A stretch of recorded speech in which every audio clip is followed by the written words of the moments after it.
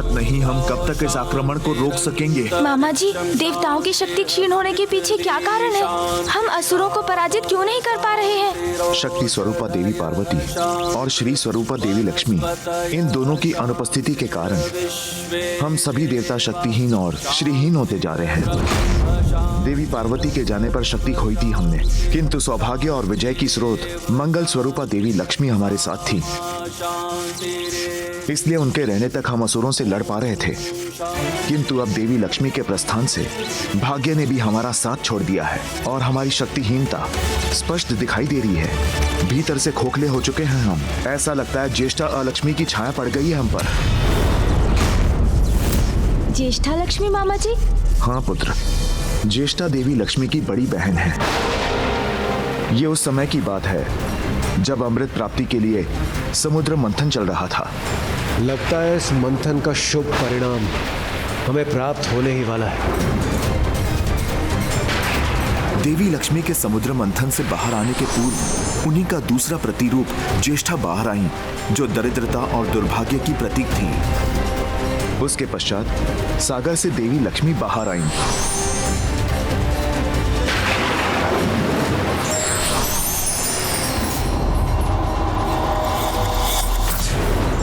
लक्ष्मी का वास तो बैकुंठ हो गया, किंतु ज्येष्ठा पर किसी ने ध्यान नहीं दिया। नारायण के तिरस्कार के बाद अब मुझसे विवाह कौन करेगा? तब दूसरा नामक एक ऋषि ने ज्येष्ठा से विवाह कर लिया।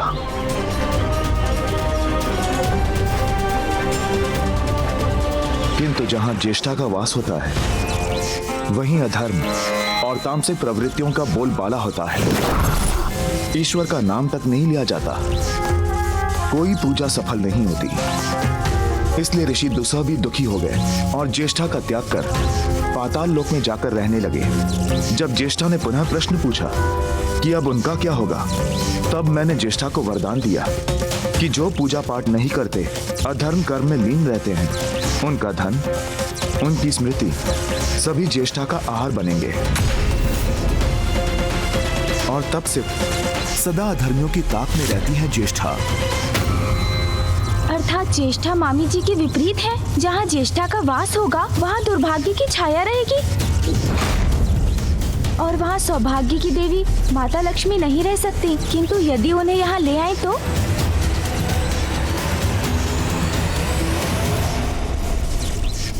अद्भुत है तुम्हारी बुद्धि और तुम्हारी ये युक्ति। यदि ज्येष्ठा को यहाँ लाने में सफल हो गए, तो देवी लक्ष्मी अपने उचित स्थान पर लौटने के लिए विवश हो जाएंगी। हम सभी पुनः श्रीयुक्त हो जाएंगे, हमारा सौभाग्य जागृत होगा और हमारे शत्रुओं का दुर्भाग्य। किंतु ये तुम संभव कैसे करोगे गणेश? ज्येष्ठा का द्वेष है देवी लक्ष्मी से, वो यहाँ कदापि नहीं आएंगी। और अधिक विष फेंको इन पर।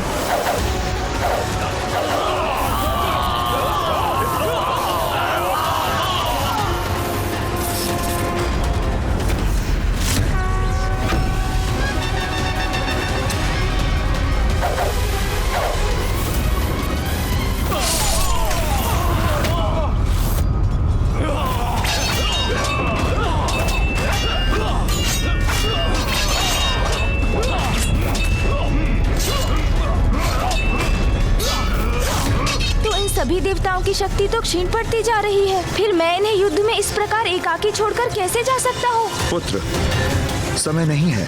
जो भी करना है शीघ्र करना है। तुम शीघ्र जाकर ज्येष्ठा को लेकर आओ। यदि हम अभी श्रीयुक्त नहीं हुए तो सभी देवताओं का अस्तित्व मिट जाएगा।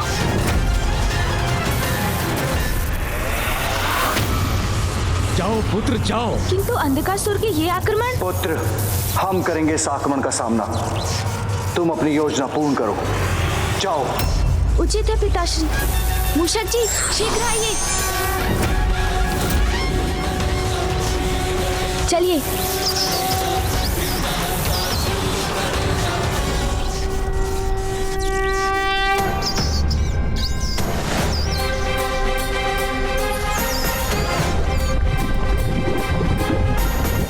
प्रभु, हम यहाँ वहाँ जा तो रहे हैं, किंतु हम ढूंढ क्या रहे हैं? वो स्थान मूषक जी जहाँ अधर्म और अशौच ही जीवन का आधार हो, जहाँ ज्येष्ठा मौसी का वास हो। किंतु प्रभु, ऐसा स्थान कहाँ मिलेगा हमें? उनका स्थान तो अंधकारी पाताल ही है, किंतु अब तो माता लक्ष्मी वहाँ स्थित है। जहाँ स्वच्छता और नैतिकता का अभाव हो, वहाँ मिलेंगी ज्येष्ठा मौसी। मूषक जी, ऐसे स्थान को ढूंढने में ही हमारी सुरक्षा निहित है। ज्येष्ठा मौसी को ढूंढ कर ही रुकेंगे हम। प्रभु, कैलाश के तो कण-कण में पवित्रता का वास है, इसलिए वहाँ तो ज्येष्ठा मौसी का होना असंभव है। वैकुंठ।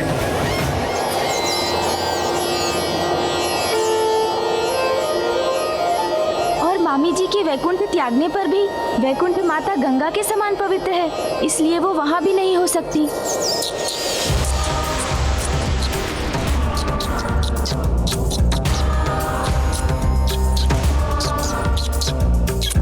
ब्रह्मलोक, किंतु ब्रह्मलोक में तो माता सरस्वती की पवित्रता है और ब्रह्मदेव का वेद पाठ भी गूंजता है, इसलिए यहाँ देखना भी व्यर्थ है। हाँ प्रभु। सूर्यलोक में सूर्य देव का तेज है, इसलिए वो वहाँ भी नहीं हो सकती। और चंद्रलोक में तो चंद्रदेव की शीतल किरणें।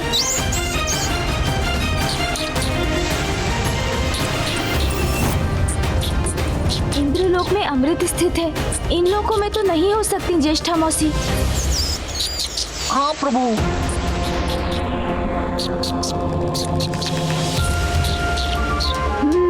मूषक जी, पृथ्वी पर ही संभव है ऐसा स्थान। चलिए पृथ्वी की ओर। जी प्रभु।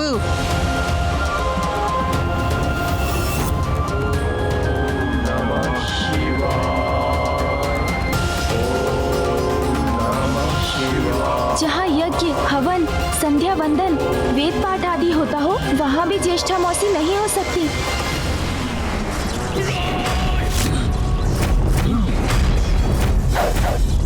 आक्रमण!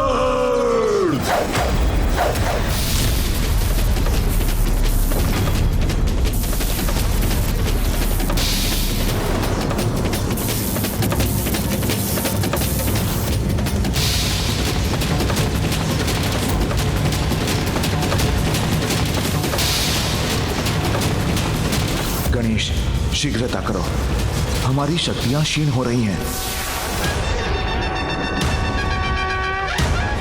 जहाँ देवता, अतिथि, गौ की पूजा होती है, जहाँ बालकों को अच्छे संस्कार दिए जाते हैं, वहाँ भी ज्येष्ठा मौसी नहीं हो सकती। आगे बढ़िए मूषक जी। जी प्रभु।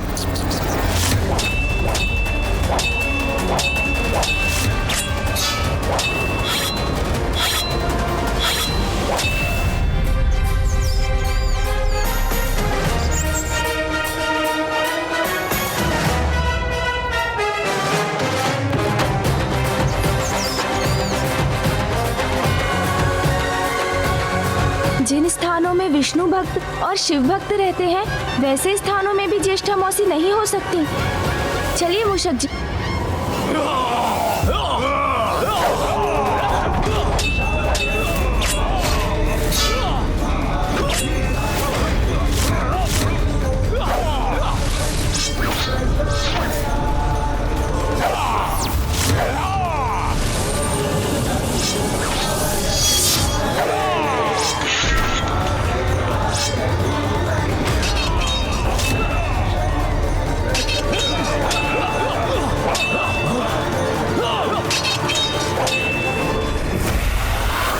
हमें ज्येष्ठा मौसी को किसी अन्य स्थान में ढूंढना होगा मूषक जी।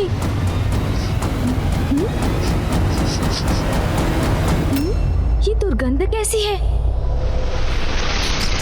ये वहाँ नीचे से आ रही है प्रभु। अब यही उतरिए मूषक जी। जी प्रभु। ये स्थान ज्येष्ठा मौसी की वास के अनुकूल प्रतीत हो रहा है। चलिए मूषक जी।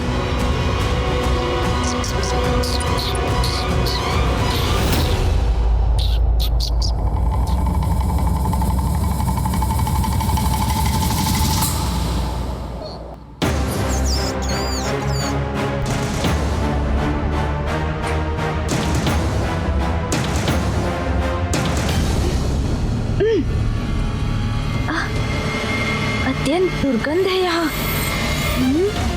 यहाँ निकट ही हो सकती है ज्येष्ठा मौसी। मुझे देखना होगा।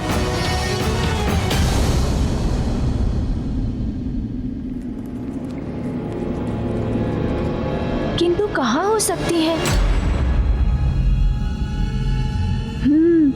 वहाँ कोई है।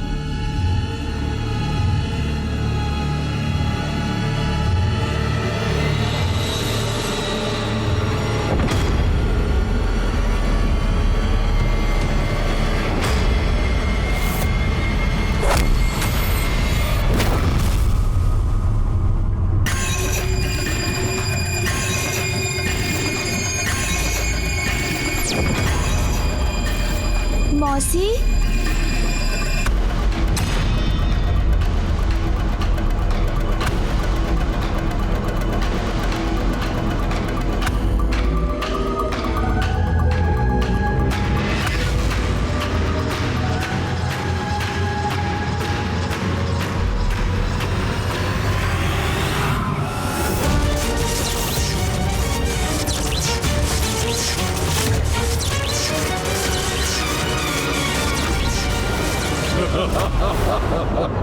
कौन मौसी? किसकी मौसी?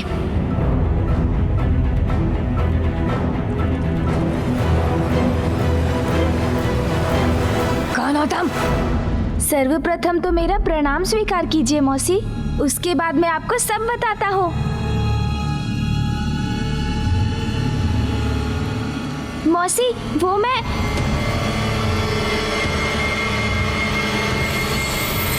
आप माता लक्ष्मी की बहन है ना?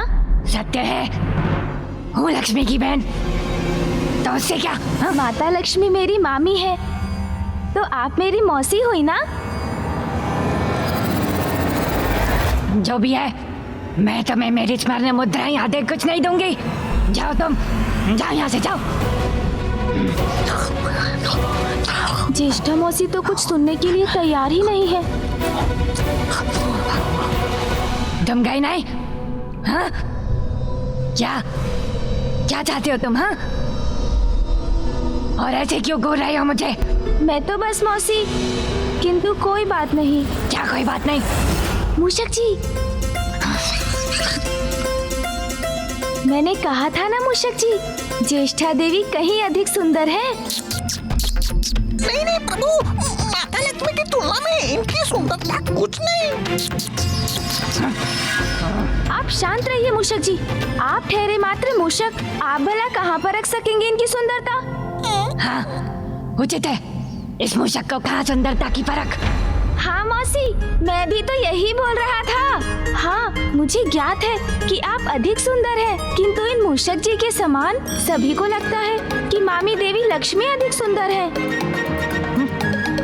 अब ये मैं कैसे समझाऊं सभी को? हाँ मौसी, इसका तो एक ही उपाय है कि आप मेरे साथ चलें। मामी देवी लक्ष्मी और आप एक दूसरे के समक्ष आए तो ये सत्य स्पष्ट हो जाएगा।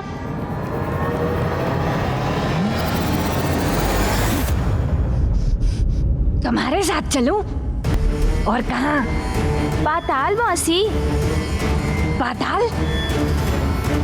किंतु लक्ष्मी का स्थान तो वैकुंठ में है। हाँ, वो वैकुंठ में वास करती थी। समझ गई। वैकुंठ से संतुष्ट नहीं थी, इसलिए पाताल पर भी अपना अधिकार जमाने आ गई है वो। अब महत्वाकांक्षा की तो कोई सीमा ही नहीं होती मौसी, किंतु आप चलिए ना मेरे साथ। वैकुंठ उसका, तो क्या पाताल भी उसका हो जाएगा? नहीं, पाताल पर केवल मेरा अधिकार है और सदा मेरा ही रहेगा। और वैसे भी मैं उसके निकट जाऊंगी तो वो स्वयं ही पीछे हट जाएगी। नहीं मौसी, ऐसे थोड़ी कहीं जा सकती हैं वो। मेरी मामी है, उनको समझाऊंगा मैं। आप तो चलिए।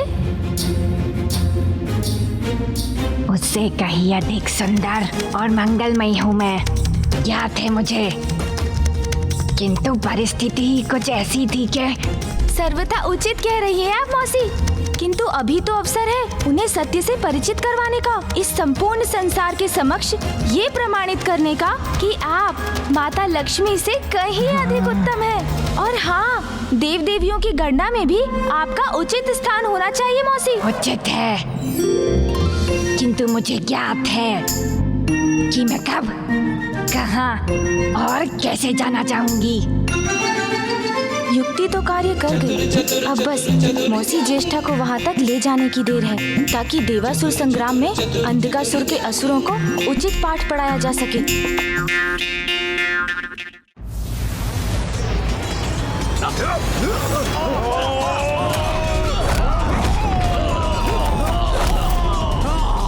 गंधर्व सैनिकों, मैं हस्ती मिटा दूंगा तुम्हारी।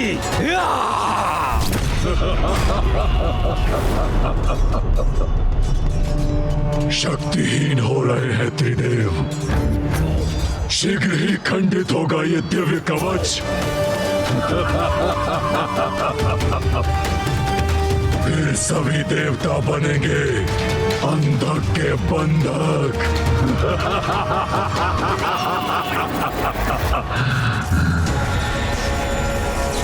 पुत्र गणेश, अनर्थ होने को है, शीघ्रता करो। कहाँ हो तुम? निकट है, अत्यंत निकट है विष्णुदेव।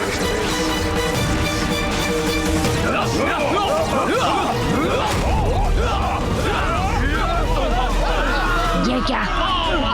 इस युद्ध स्थल पर मुझे क्यों ले आए हो? मौसी, मुझ पर विश्वास कीजिए, ये युद्ध माता लक्ष्मी के लिए ही हो रहा है। हाँ हाँ, उचित है, मुझे कोई आश्चर्य नहीं है। अवश्य अपने गर्व के लिए देवासुर संग्राम करवा रही है वो, किंतु है कहाँ वो? मामी जी तो राजभवन के भीतर है। मैं आपको वहाँ ले चलता हूँ।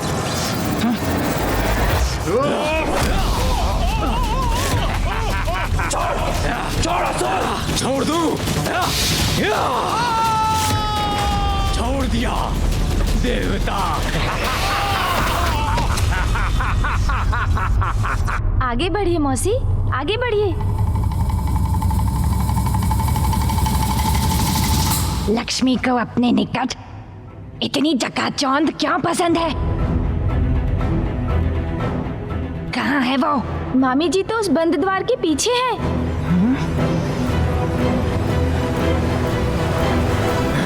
रुको। तुम यहाँ कैसे आ गए? और ये बुढ़िया कौन है? मूर्ख! बुढ़िया किसका बोला तुमने? मौसी आप चिंता मत कीजिए, आप यहीं प्रतीक्षा कीजिए। इन्होंने आपका अपमान करने का दुस्साहस किया, इसका उचित दंड देता हूँ इन्हें। अब मैं और अधिक विलंब नहीं कर सकता। मुझे शीघ्र देवगणों की क्षीण हुई शक्ति पुनः लौटाने के लिए मामी जी को पूर्ववत और मौसी ज्येष्ठा को उनके स्थान पर स्थित करना होगा, किंतु इससे पूर्व इन असुरों को मार्ग से हटाना पड़ेगा। मामी जी निकट आ रही हैं। श्री के आशीर्वाद से मुझे पुनः शक्ति प्राप्त हो रही है। दुष्ट असुरों, मेरी मौसी के साथ अभद्रता का व्यवहार करोगे तो ये लो।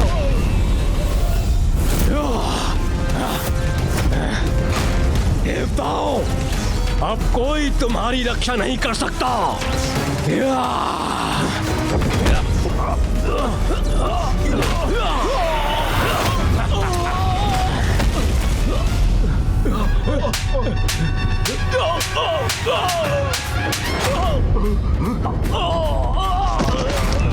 एक को तो पाठ पढ़ा दिया, अब दूसरे की बारी।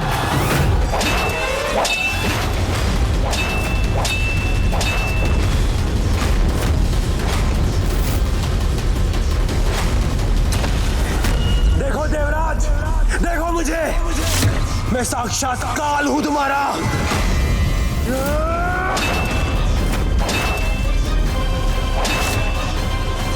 रुकूंगा नहीं मैं देवराज, तुम पर होने वाले प्रहार रुकेंगे नहीं।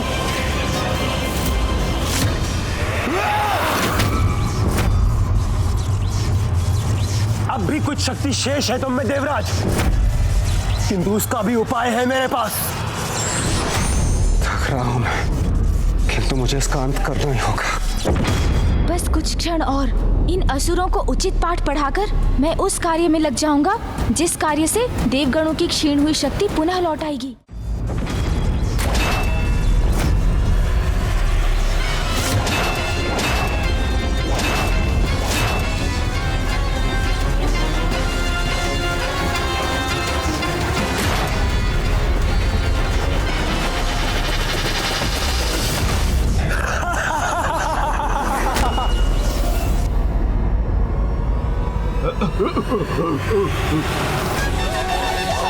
अरे इस पर तो मैंने अभी तक कोई प्रहार ही नहीं किया। हर क्रिया की प्रतिक्रिया होती है, ये नियम तो मुझे ज्ञात है, किंतु बिना क्रिया के भी प्रतिक्रिया हो सकती है। ऐसे नियम तो उन्हीं के समक्ष उत्पन्न हो सकते हैं जिनके कर्म और उपस्थिति दरिद्रता के निकट हो। प्रतीत होता है ये स्थान दरिद्रता के समान अनुकूल है।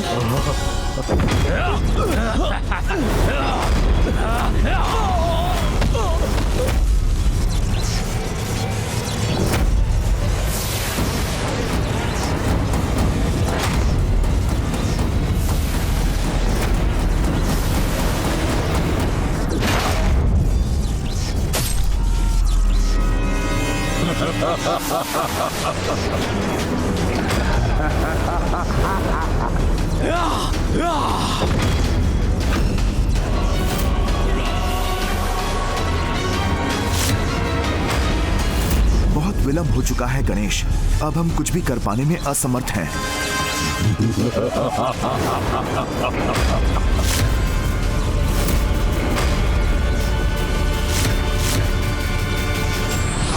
समस्या या परिस्थिति कितनी भी विकराल हो, उसका हल उसके भीतर ही छिपा होता है। आवश्यकता है उसे समझने की।